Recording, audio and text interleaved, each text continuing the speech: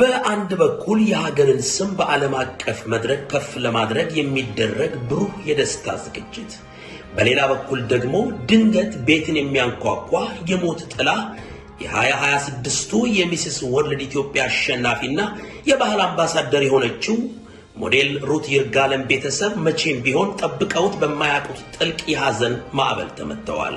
የዚህ ልብ ሰባሪ ታሪክ ሰለባ የሆነችው የሩት ታላቅ እህት ወጣት ቅድሳን ይርጋለም ነች።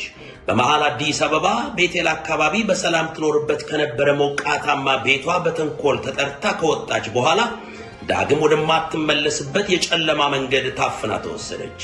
አጋቾቿ የሰውነትን ክብርና ርህራሄን ወደ ጎን በመተው የዚህችን ወጣት ሕይወት በገንዘብ ተምነውም ቆረጡ።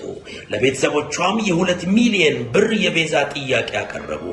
ቤተሰብ በጭንቀትና በስጋት መሃል ሆኖ የሚወዷትን ልጅ ሕይወት ለማትረፍ ሲንገዳገዱ፣ እነዚያ ጨካኝ አጋቾች ግን አንዳች ርህራሄ በልባቸው አልነበረም።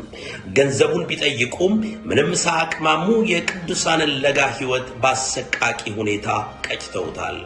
ይህ መሪር እውነት የተረጋገጠው የአዲስ አበባና የኦሮሚያ ክልል ፖሊስ ባደረጉት ከፍተኛና የተቀናጀ ክትትል ወንጀለኞቹን ከሕግ ለማምለጥ ሲሞክሩ በቁጥጥር ስር ከዋሏቸው በኋላ አጋቾቹ በቁጥጥር ስር ውለው በተደረገባቸው ምርመራ ያችን ንጹህ ነፍስ ያጠፉበትና አስክሬኗን የጣሉበትን ስፍራ ለፖሊስ ጠቁመዋል።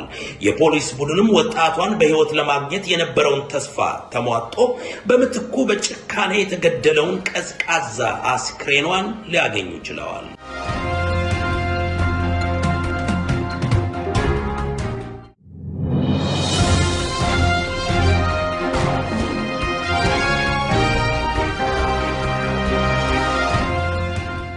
የታመነች ወዳጅ የሞት ወጥመድ፣ የቅዱሳን ይርጋለም አሰቃቂ የግድያ ሴራና የፖሊስ የምርመራ ውጤት። አዲስ አበባ 2026 ሚስ ወርልድ ኢትዮጵያ ተወዳዳሪ የሩት ይርጋለም ታላቅ እህት ቅዱሳን ይርጋለም በተፈጸመባት እጅግ አሰቃቂ የእገታና የግድያ ወንጀል ሕይወቷ ማለፉ የመላውን ሕዝብና የማህበረሰብ ልብ የሰበረ ክስተት ሆኗል። በሞዴሊንግ ዓለም ስኬትን ለማስመስገብ በምትተጋው ቅዱሳን ይርጋለምና ከትምህርት ቤት ጀምሮ በቅርብ የምታውቃት ጓደኛዋ ቅድስት ሙሉ ቀን መካከል የጠነከረ ወዳጅነት የነበረ ቢሆንም ከጀርባው ግን ምቀኝነትና አደገኛ ሴራ ተሸሽጎ ነበረ። ዓርብ ዕለት ቅድስት ሙሉ ቀን ላለፉት ጥቂት ጊዜያት ያልተገናኛቻትን ቅዱሳንን በስልክ በመደወል አዲስ ኮንዶሚኒየም ተከራይቻለሁ፣ መተሽ ቤቴን ይልኝ፣ ደግሞም የማገናኝሽ አዲስ የሥራ ዕድል አለ በማለት የደስታና የጽኑ ወዳጅነት በሚመስል መንፈስ ጥሪ ያቀረበችላት ቅዱሳን በጓደኛዋ ላይ አንዳች ክፋት ሳትጠረጥር ሜክሲኮ አካባቢ ተገናኝተው አብረው ወደ ኮዬ ፈጬ ኮንዶሚኒየም አመሩ።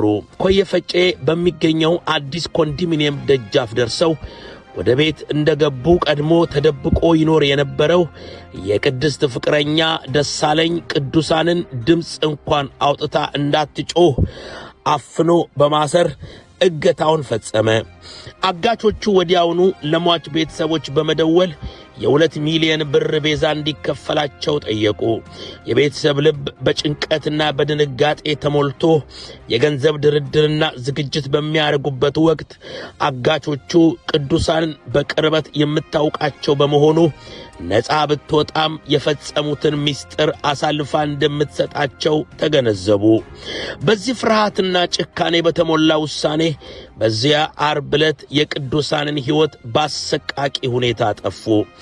አስክሬኗንም ማንም እንዳያገኘው በማሰብ እዚያው አካባቢ በተከራዩበት ሌላ ተጨማሪ ኮንዶሚኒየም ውስጥ ደበቁት።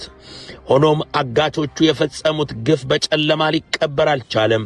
የፖሊስ አባላት ባደረጉት ፈጣንና የተቀናጀ ክትትል ዋነኛ ተጠርጣሪ ቅድስት ሙሉ ቀን በአዲስ አበባ ጎተራ አካባቢ በቁጥጥር ስር ዋለች።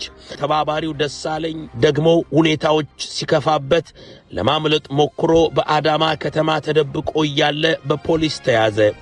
በአጠቃላይ ከወንጀሉ ጋር በተያያዘ 8 ሰዎች በቁጥጥር ስር የዋሉ ሲሆን ዋናዎቹ ተጠርጣሪዎች ደግሞ ወንጀሉን መፈጸማቸውን አምነው ድርጊቱን እንዴት እንደፈጸሙት በቦታው ተገኝተው ለፖሊስ አሳይተዋል።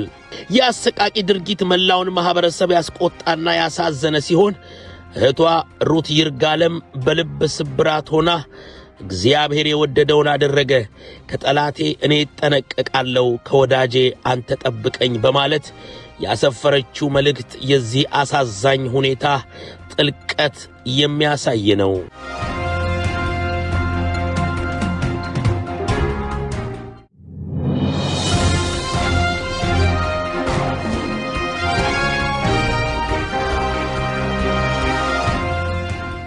ይገባታል እንዴ?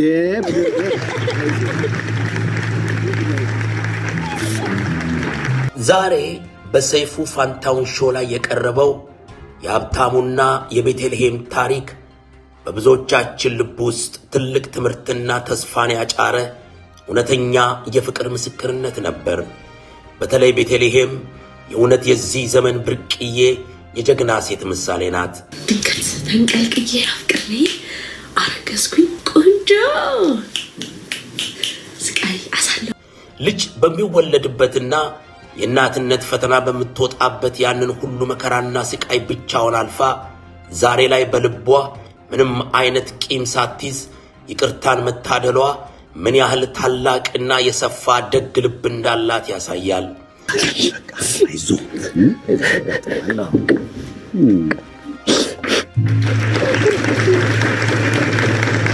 ለአይን አያሳየኝ በሚባልበት በዚህ ዘመን እንዲህ አይነት አርቆ ሐሳቢነት፣ አስተዋይነትና የይቅር ባይነት መንፈስ ማሳየት የእውነተኛ ፍቅር መገለጫ ነው።